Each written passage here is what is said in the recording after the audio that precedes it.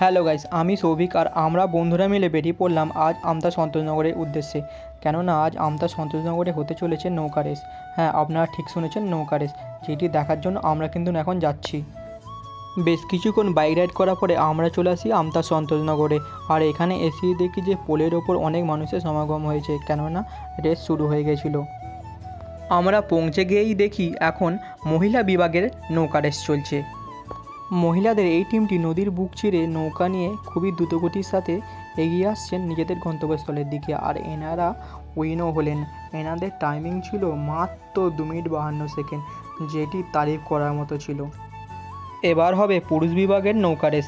এখন সবাই কিন্তু রেডি হচ্ছে নৌকা নিয়ে রেসের জন্য। এখন এনারা নৌকা নিয়ে স্টার্টিং পয়েন্টের দিকে যাচ্ছেন, যেখান থেকে রেসটি শুরু হবে। আর প্রতিটি দলে 11 জন করে অংশগ্রহণকারী ছিলেন। আর পুরুষ বিভাগের নৌকা রেসটি 8টি দলের মধ্যে অনুষ্ঠিত হয়েছিল। ইতিমধ্যে পুরুষ বিভাগের নৌকা রেসটি শুরু হয়ে গেছিলো। আর সবাই কিন্তু অধীর আগ্রহে ছিল যে কোন নৌকাটি সবার আগে আসবে। আর দুটি নৌকাই কিন্তু একে অপরকে টক্কর দিয়ে কিন্তু এগিয়ে আসছিলেন। আর ফার্স্টে থাকা নৌকাটি হালকা ডিসব্যালেন্স হওয়ার কারণে লাস্টে থাকা নৌকাটি ফার্স্টে থাকা নৌকাটাকে টপকে ওনারা প্রথম রাউন্ডের প্রথম খেলা জয়লাভ করে। আরও দুটি দল রেডি হচ্ছে নিজেদের নৌকা নিয়ে। এইভাবে একের পর এক খেলা চলতে থাকে। এখন শুরু হবে প্রথম রাউন্ডের লাস্ট খেলা। আর যে দুটি টিম অংশগ্রহণ করবেন ওনারা কিন্তু ওনাদের নৌকা নিয়ে স্টার্টিং পয়েন্টের দিকে এগোচ্ছেন। ইতিমধ্যে রেস কিন্তু শুরু হয়ে গেছে।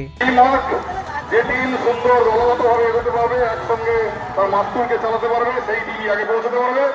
দেখা যাক তারা এগোচ্ছে।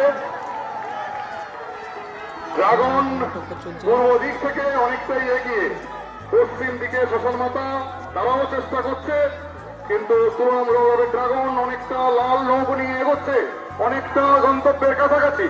সেই সঙ্গে নীল নৌকো নিয়ে শ্মশানমাতা চেষ্টা করছে তাকে ছোঁয়ার, পৌঁছে গেল ড্রাগন, গন্তব্যস্থল ছুঁয়ে ফেলেছে।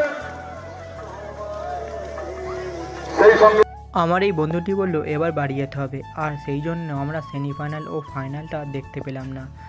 আবারও দেখা হবে নতুন কোনো ভিডিও। টাটা।